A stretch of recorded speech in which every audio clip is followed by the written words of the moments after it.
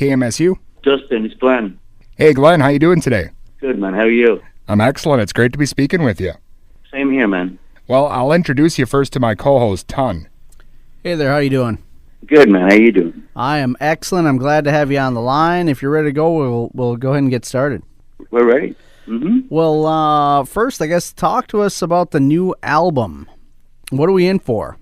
Well, it's a rock album. It's probably the most grounded rock album I've made in years and years and years, and I wanted to return, if you will, to the very place I started, which is, from all the heritage I've done in over the last 4 or 5 decades. I wanted to go back home and create the rock thing, which I started out doing back in my teens, and this is a kind of a return to where it all started for me. I wanted to pay homage to that.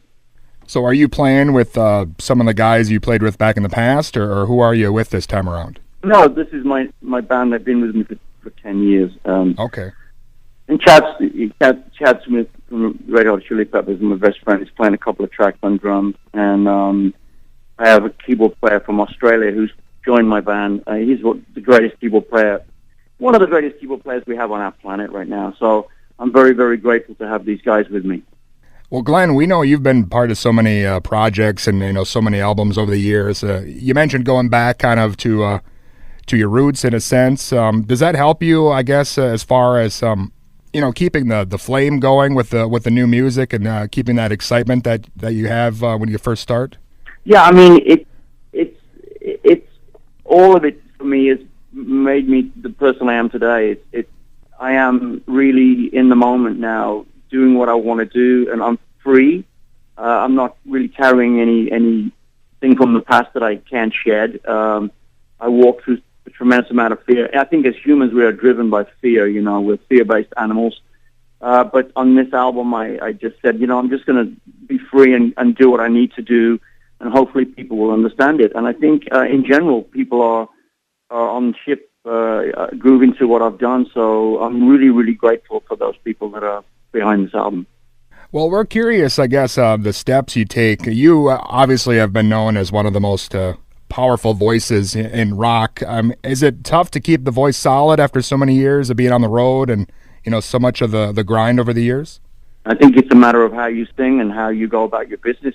For me, it's a matter of warming my voice up and getting a lot of time where I don't speak. I also think it's a really important thing to get as much sleep as you can.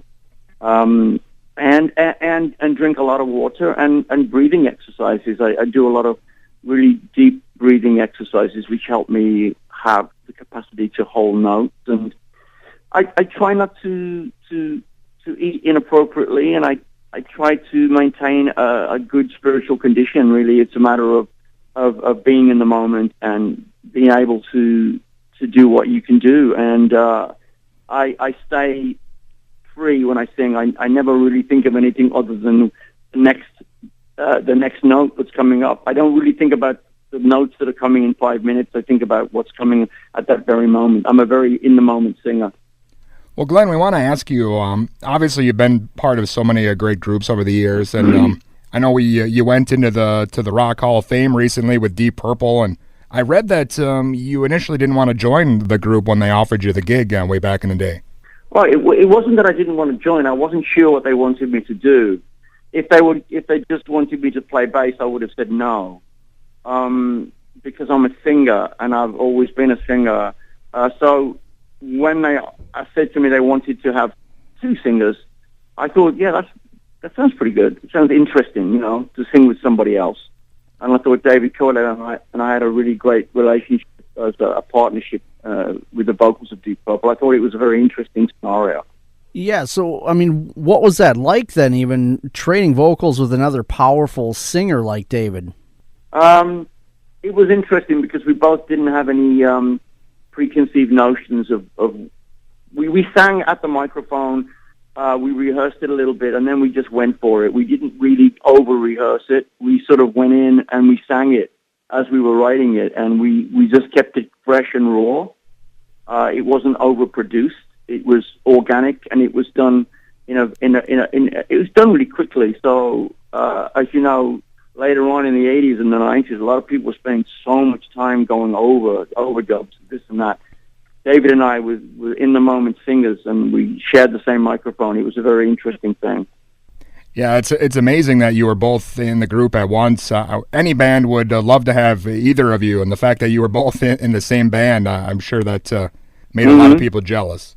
Yeah, we were the only vocal team in the early 70s, like Crosby, Stills and Nash and Humble Pie and Three Dog Night were the only bands that had multiple singers, and David and I were the British contingent of those bands.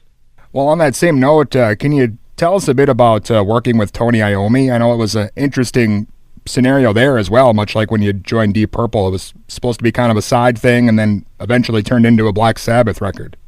Well, Tony's truly one of my closest friends, and he's an incredibly gifted man, and he's the godfather of the riff, and is a hugely amazing sounding guitar player. And when you get somebody that's that good and they're that kind and considerate and giving, it's not very often you get those two components together. And you have somebody that's so lovely, and so amazingly gifted as a guitar player and songwriter. So Tony's one of a kind, and he's a real genuine sweetheart. Well, Glenn, we mentioned you went into the Rock and Roll Hall of Fame recently, and for some reason, a lot of people I know were upset because it took so long for Deep Purple to go in. Did you kind of not care when it finally came? I mean, since it had been so long, did you kind of write it off? Or? No, I never thought about it.